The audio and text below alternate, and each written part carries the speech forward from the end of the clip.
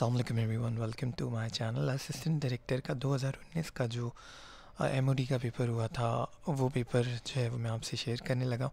ये उसकी इंस्ट्रक्शंस थी, 120 मिनट थे आपके पास और 200 सवाल थे। तो यहाँ पे जो है वो बहुत ज़्यादा स्पीडी आपको जो है ना मार्किंग करनी थी।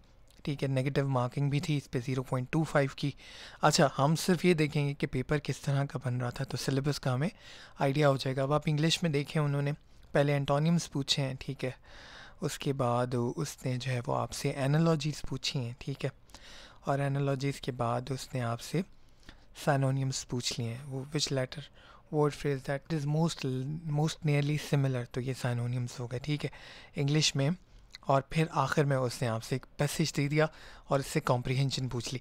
इसी तरह का पेपर जो है वो 2021 में भी पूछा गया था, ऑलमोस्ट इसी तरह का था। और फिर आखिर में जो है वो सेंटेंस करेक्शन होगी। तो ये सारी चीज़ें आपने लाजमी तैयार करनी है, ठीक है। और ये देखें, आप सही वर्ड जो है वो आपको पुट करना है, ठीक है। वर्ड वर्ब का यूज़, वर्ड का यूज़, ये सारी चीज़ें। तो ये तो आपका हो गया इंग्लिश का पार्ट, लेकिन 2021 में इंग्लिश का पार्ट इससे कंपैरेटिवली ज़्यादा था। सेकंड जो मैंने सिलेबस में बताया था आपको, एनालिटिकल रीजनिंग, तो वो देखें इस तरह के सवाल होते हैं कि जी ABCD 4 जो है फ्लावर्स हैं, ए और बी जो है वो विंटर एंड समर में ब्लूम करते हैं, सी और डी जो है वो ऑटम एंड स्प्रिंग में। एंड यहाँ देखिए इन चीज़ों का ख्याल रखना होता है। एंड का मतलब है ऑटम में भी और स्प्रिंग में भी, और का मतलब है या तो ऑटम में या स्प्रिंग में, ठीक है, इस तरह से।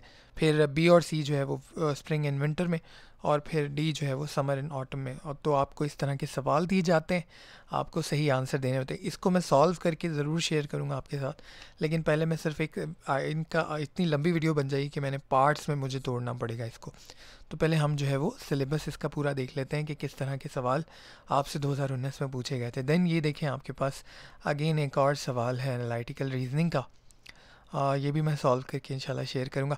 तो ये एनालिटिकल रीजनिंग के काफ़ी सारे सवाल 21 से लेकर आपके पास अप्रॉक्स यहाँ तक 40 तक, ये हो गया आपका एनालिटिकल रीजनिंग। इसके बाद जो नेक्स्ट पार्ट है, इसमें कुछ इस्लामिक स्टडीज़ के MCQs आपको नज़र आते हैं कि रेवलेशन कितनी तरह की होती है, वर्ड जूरिस्प्रूडेंस जो है वो कहाँ से ड्राइव्ड हुआ है। इसी तरह फिर आर्टिकल कानून शहादत जो है अकॉर्डिंग टू 16 ऑफ कानून शहादत, इसके हवाले से आ गया है। फिर ये आपके पास अमेंडमेंट आ गई है फैमिली कोड की। देन आपके पास IR के कुछ सवाल आ गए कि जो है वो लीगल रियलिज्म क्या होता है, क्रिमिनोलॉजी से रिलेटेड है। Universal declaration of human rights कब अडॉप्ट किया गया, अंडर CPC जज मीन्स प्रिजाइडिंग ऑफिसर। तो ये कुछ क्रिमिनोलॉजी से रिलेटेड सवाल आ गए। देन आपके पास जर्नल साइंस एंड एबिलिटी क्या आ गया, देखें जो ज्योग्राफी है उससे सवाल आ गए। सेडिमेंट्री रॉक, एटमॉस्फेरिक प्रेशर में जो है वो किस तरह से चेंजिंग आती हैं। फिर आपकी जो रॉक्स हैं उनसे आ गया, ठीक है।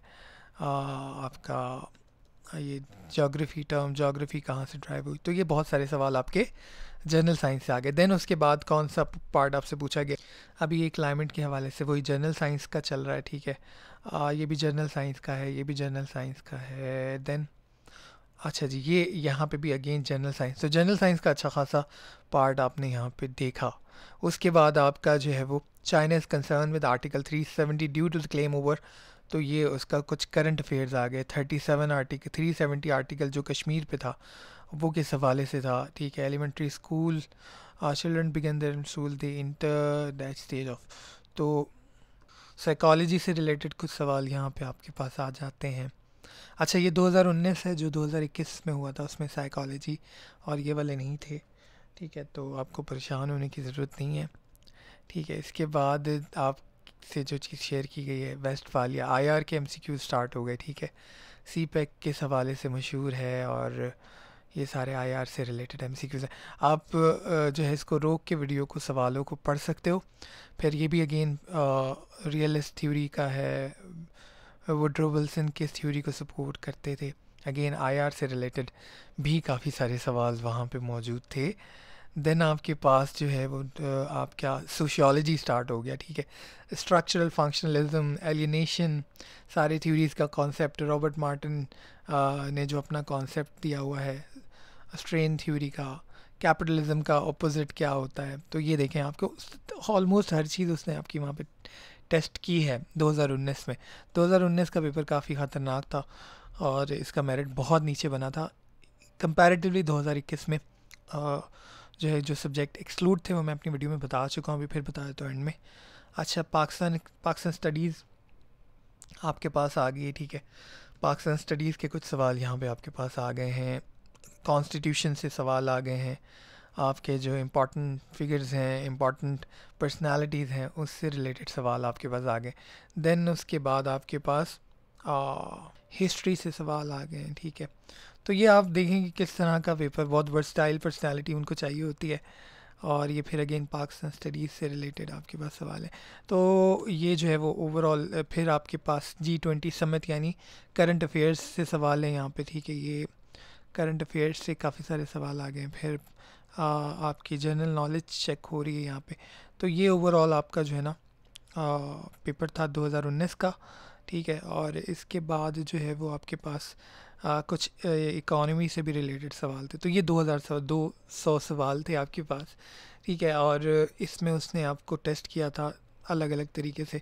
और इससे बाद जो 2021 में हुआ था, उसमें जो सिलेबस था, जो सवाल थे, वो थे English, analytical reasoning, IQ based, Islamic studies, Pakistan affair, current affair, और कुछ आईआर से रिलेटेड सवाल थे। तो ये एडी का पेपर जो है वो 2021 में हुआ था। तो होपफुली इस दफ़ा भी, क्योंकि एनटीएस नहीं लेगा, एमओडी ही कंडक्ट करेगा, तो इसी तरह का कुछ पेपर एक्सपेक्ट हो सकता है। लेकिन एमओडी सरप्राइज़ देने में माहिर है, तो आपने हर तरह से पेपर को तैयार करना। अगर आपके पास आपने सीएसएस की तैयारी की है या इस जर्नी में है, तो मैं आपको सजेस्ट करूँगा कि ये भी आप थोड़ा थोड़ा पढ़ लीजिएगा, ताकि आप सेफ़ साइड पे रहें।